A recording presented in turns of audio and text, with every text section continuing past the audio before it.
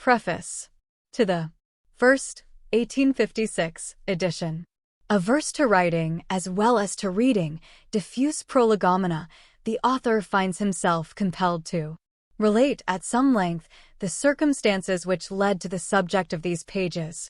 In May 1849, the late Vice-Admiral Sir Charles Malcolm, formerly Superintendent of the Indian Navy, in conjunction with Mr. William John Hamilton, then President of the Royal Geographical Society of Great Britain, solicited the permission of the Court of Directors of the Honourable East India Company to ascertain the productive resources of the unknown Somali Country in East Africa.1. When the answer returned was to the following effect: if a fit and proper person volunteer to travel in the Somali Country, he goes as a private traveler, the government giving no more protection to him than they would to an individual totally unconnected with the It occupies the whole of the Eastern Horn, extending from the north of Bab al-Mandeb to several degrees south of Cape Guardafui.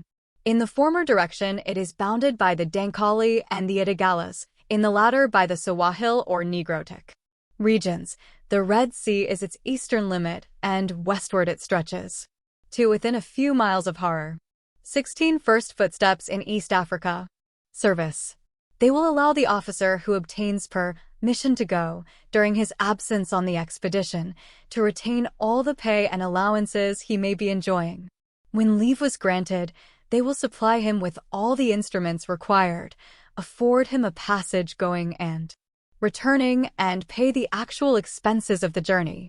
The project lay dormant until March 1850, when Sir Charles Malcolm and Captain Smith, President of the Royal Geographical Society of Great Britain, waited upon the chairman of the Court of Directors of the Honourable East India Company. He informed them that if they would draw up a statement of what was required, and specify how it could be carried into effect, the document should be forwarded to the Governor-General of India, with a recommendation that, should no objection arise, either from expense or other causes, a fit person should be permitted to explore the Somali Country. Sir Charles Malcolm then offered the charge of the expedition to Dr. Carter of Bombay, an officer favorably known to the Indian world by his services on board the Palinurus brig whilst employed upon the maritime survey of Eastern Arabia. Dr. Carter at once acceded to the terms proposed by those from whom the project emanated, but his principal object being to compare the geology and botany of the Somali Country with the results of his Arabian travels, he volunteered to traverse only that part of Eastern Africa which lies north of a line drawn from Berbera to Ras Hafen, in fact, the maritime mountains of the Somali. His health not permitting him to be left on shore, he required a cruiser to convey him from place to place and to preserve his store of presents and provisions. By this means he hoped to land at the most interesting points and to penetrate here and there from 60 to 80 miles inland, across the region which he undertook to explore. Preface to the first 1856 edition. 17 On the youth of August 1850, Sir Charles Malcolm wrote to Dr. Carter in these terms: I have communicated with the President of the Royal Geographical Society and others. The feeling is that though much valuable information could no doubt be gained by skirting the coast, as you propose, both in geology and botany, yet that it does not fulfill the primary and great object of the London Geographical Society, which was, and still is, to have the interior explored. The Vice-Admiral, however, proceeded to say that, under the circumstances of the case, Dr. Carter's plans were approved of, and asked him to confer immediately with Commodore Lushington, then Commander-in-Chief of the Indian Navy. In May 1851, Vice-Admiral Sir Charles Malcolm died. Geographers and travelers lost in him an influential and an energetic friend. During the 10 years of his superintendence over the Indian Navy, that service rose, despite the incubus of profound peace, to the highest distinction. He freely permitted the officers under his command to undertake the task of geographical discovery, retaining their rank, pay, and bata, whilst the actual expenses of their journeys were defrayed by contingent bills. All papers and reports submitted to the local government were favorably received, and the successful traveler looked forward to distinction and advancement. During the decade which elapsed between 1828 and 1838, officers of the Indian Navy journeyed, as the phrase is, with their lives in their hands, through the wildest districts of the East.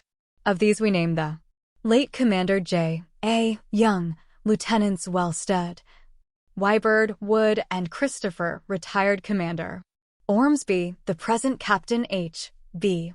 Lynch C.B., Commanders Felix Jones and W. C. Barker, Lieutenants Cruttenden and Whitelock.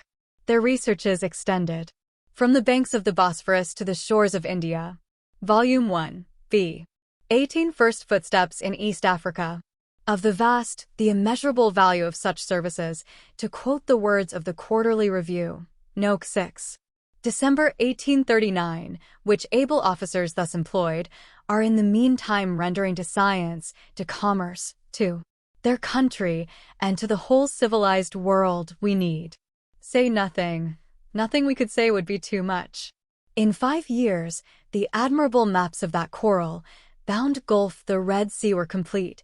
The terrors of the navigation had given place to the confidence inspired by excellent surveys. In 1829, the Thetis of 10 guns, under Commander Robert Moresby, convoyed the first coal ship up the Red Sea, of the coasts of which this skillful and enterprising seaman made a cursory survey, from which emanated the subsequent trigonometrical operations which form our present maps. 2 ships were employed, the Benares and Palinurus, the former under Commander Elwyn, the latter under Commander Moresby. It remained, however, for the latter officer to complete the work. Some idea may be formed of the perils these officers and men went through when we state the Benares was 42 times aground. Robert Moresby, the genius of the Red Sea, conducted also the survey of the Maldive Islands and groups known as the Chagos Archipelago. He narrowly escaped being a victim to the deleterious climate of his station, and only left it when no longer capable of working. A host of young and ardent officers, Christopher, Young, Powell, Campbell, Jones, Barker, and others, ably seconded him.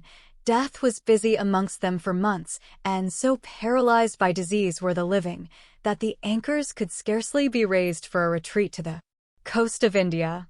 Renovated by a 3-month stay, occasionally in port, where they were strengthened by additional numbers, the undaunted remnants from time to time returned to their task, and in 1837 gave to the world a knowledge of those singular groups which, preface to the first 1856 edition. 19. Heretofore, though within 150 miles of our coasts, had been a mystery hidden within the dangers that environed them.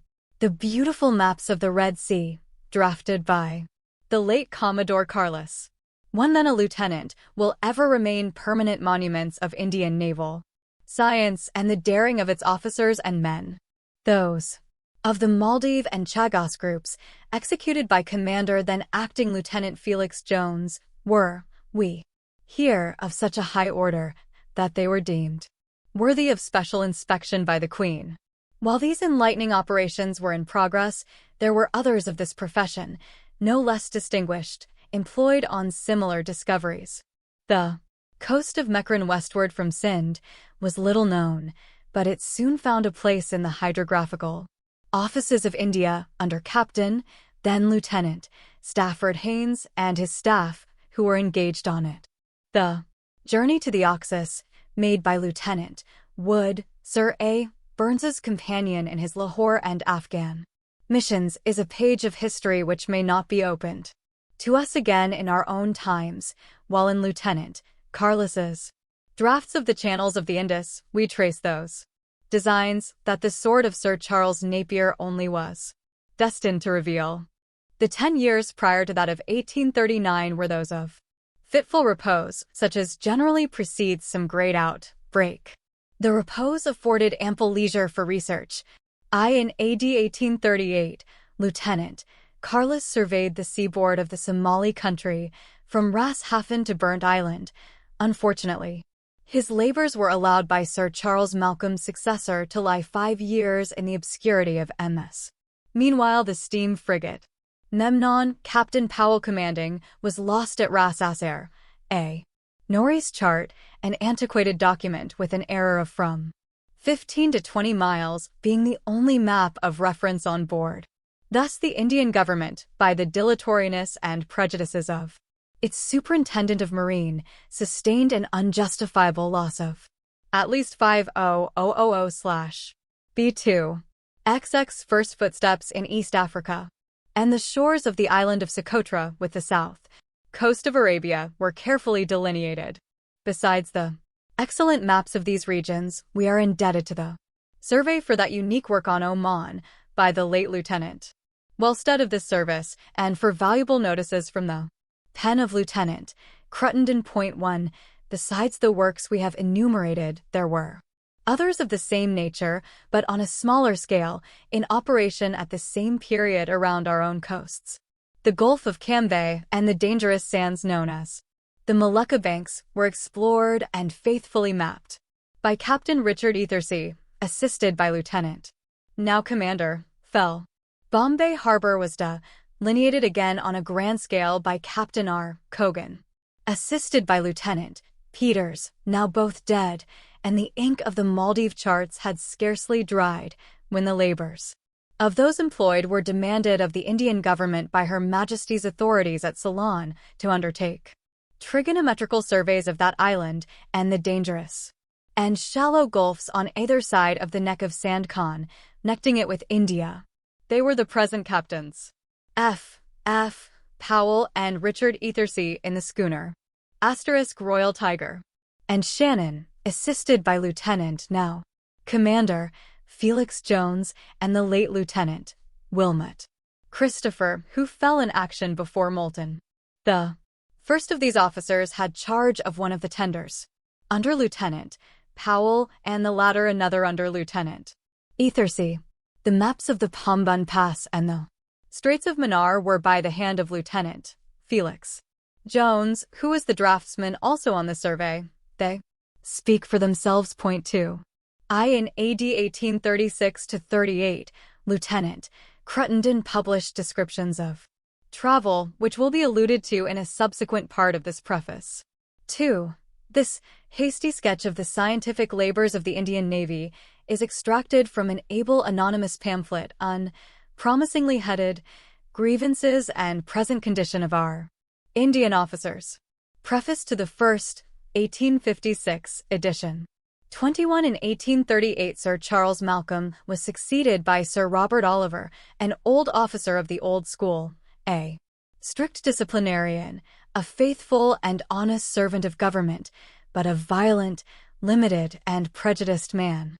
He wanted sailors, individuals conversant with ropes and rigging and steeped in knowledge of shot and shakings. He loved the rule of thumb, he hated literary razors, and he viewed science with the profoundest contempt. About 20 surveys were ordered to be discontinued as an inauguratory measure, causing the loss of many £1,000s, independent of such contingencies as the Memnon. 1 bada was withheld from the few officers who obtained leave, and the life of weary labor on board ship was systematically made monotonous and uncomfortable. In local phrase it was described as many stripes and no stars. Few measures were omitted to heighten the shock of contrast. No notice was taken of papers forwarded to government, and the man who attempted to distinguish himself by higher views than quarterdeck duties found himself marked out for the angry Commodore's red-hot displeasure. No place was allowed for charts and plans. Valuable original surveys, of which no duplicates existed, lay tossed amongst the brick and mortar with which the Marine Office was being rebuilt. No instruments were provided for ships, even a barometer was not supplied. In one case, although duly indented for during 5 years, whilst Sir Charles Malcolm ruled the Bombay dockyards, the British name rose high in the Indian, African, and Arabian seas. Each vessel had its presence guns, pistols, and powder, abas, crimson cloth and shawls, watches, telescopes, and similar articles with a suitable eye. In AD 1848, the late Mr. Joseph Hume called in the House of Commons for a return of all Indian surveys carried on during the 10 previous years. The result proved that no fewer than a score had been suddenly broken up by order of Sir Robert Oliver. 22 first footsteps in East Africa, stock of which every officer visiting the interior on leave was supplied. An order from Sir Robert Oliver withdrew presents as well as instruments. With them appeared the just idea of our faith and greatness as a nation entertained by the maritime races who formerly looked forward to the arrival of our cruisers. Thus the Indian Navy was crushed by neglect and routine into a mere transport service, remarkable for little beyond constant quarrels between sea lieutenants and land lieutenants, sailor officers and soldier officers, their passengers, and thus resulted that dearth of enterprise alluded to ex cathedra by a late president of the Royal Geographical Society of Great Britain, which now characterizes Western India, erst so celebrated for ardor and adventure.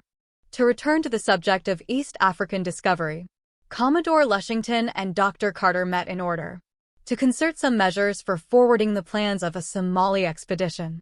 It was resolved to associate 3 persons, Doctors Carter and Stokes, and an officer of the Indian Navy. A vessel was also warned for service on the coast of Africa. This took place in the beginning of 1851. Presently, Commodore Lushington resigned his command, and the project fell to the ground. The author of these pages, after his return from Al-Hijaz to Bombay, conceived the idea of reviving the Somali expedition. He proposed to start in the spring of 1854 and, accompanied by 2 officers, to penetrate via Harar and Ganana to Zanzibar. His plans were favorably received by the Right Honorable Lord Elphinstone, the enlightened governor of the colony, and by the local authorities, amongst whom the name of James Grant Lumsden, then member of the council, will ever suggest the liveliest feelings of gratitude and affection. But it being judged necessary to refer once more for permission to the Court of Directors, an official preface to the first 1856 edition, 23 letter bearing date the April 28, 1854, was forwarded from Bombay with a warm recommendation. Lieutenant Hearn of the East Bombay European Regiment of Fusiliers, an officer skillful in surveying, photography, and mechanics, together with the writer, obtained leave, pending the reference and a free passage to Aden in Arabia. On the August 23rd, a favorable reply was dispatched by the Court of Directors. Meanwhile, the most painful of events had modified the original plan. The 3rd member of the expedition, Assistant Surgeon J. Ellerton Stokes, whose brilliant attainments as a botanist, whose long and enterprising journeys, and whose eminently practical bent of mind had twice recommended him for the honors and trials of African exploration, died suddenly of apoplexy in the prime of life. Deeply did his friends lament him for many reasons. A universal favorite, he left in the social circle a void never to be filled up, and they mourned the more that fate had not granted him the time, as it had given him the will and the power, to trace a deeper and more enduring mark upon the iron tablets of fame. No longer hoping to carry out his first project, the writer determined to make the geography and commerce of the Somali country his principal objects. He therefore applied to the Bombay government for the assistance of Lieutenant William Stroyan, I.N., an officer distinguished by his surveys on the coast of Western India, in Sindh, and on the Punjab rivers. It was not without difficulty that such valuable services were spared for the deadly purpose of penetrating into Eastern Africa. All obstacles, however, were removed by their ceaseless and energetic efforts, who had fostered the author's plans, and early in the autumn of 1854, Lieutenant Stroyan received leave to join the expedition. At the same time, Lieutenant J. H. Speak of the 46th Regiment Bengal N.I., who had spent many years collecting the fauna of Thibet and 24 first footsteps in East Africa, The Himalayan mountains volunteered to share the hardships of African exploration. In October 1854, T.N.E. Ryder and his companions received at Aden in Arabia the sanction of the Court of Directors. It was his intention to march on a body, using Berbera as a base of operations, westwards to Harar, and thence in a southeasterly direction towards Zanzibar.